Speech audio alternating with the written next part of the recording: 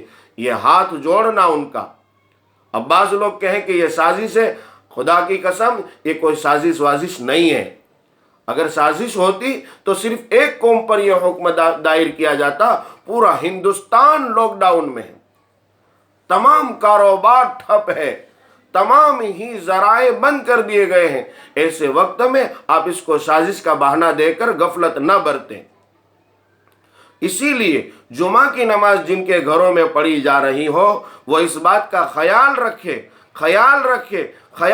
میں بار بار کہہ رہا ہوں، زیادہ لوگوں کو جمع نہ کریں، زیادہ لوگوں کو جمع نہ کریں، زیادہ لوگوں کو جمع نہ کریں کہ حکومتوں کو آپ کے گھروں پر، آپ کی آفیسوں پر، آپ کی کمپنیوں پر اور آپ کے محلوں پر بھی پابندی ڈالنی پڑے اور آپ کے گھر کو سیل کرنا پڑے، اور کہیں کوئی خدشہ اور خطرہ پھر آگے آپ سمجھے اور سوچے کہ ایسا ہوگا کہ آپ کے اوپر بڑی مصیبتیں آ سکتی ہیں، آپ کے نام کا غلط میسج جا سکتا ہے کہ مسلمان کسی طرح ماننے والے نہیں۔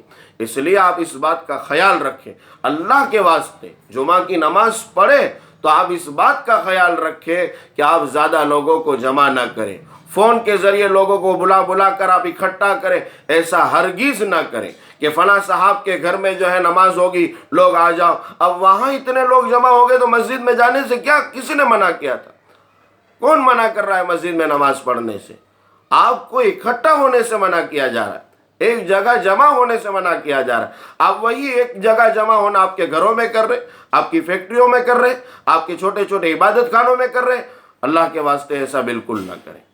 دوسری بات، اگر آپ جمعہ نہیں ادا کر رہے ہیں تو جو وعیدیں ہیں، جو احادیث میں وعیدیں آئی ہیں، اس کی زد میں آپ بالکل نہیں آئیں گے، کیونکہ عذر ہے۔ عذر کی بنا پر جیسے سفر کی بنا پر جمعہ ضروری نہیں ہے، اگر کوئی آدمی سفر میں تو اس پر جمعہ نہیں ہے۔ اسی طرح کوئی آدمی بیمار ہے اور وہ مسجد میں نہیں پہنچ سکتا ہے، اس پر بھی جمعہ نہیں ہے۔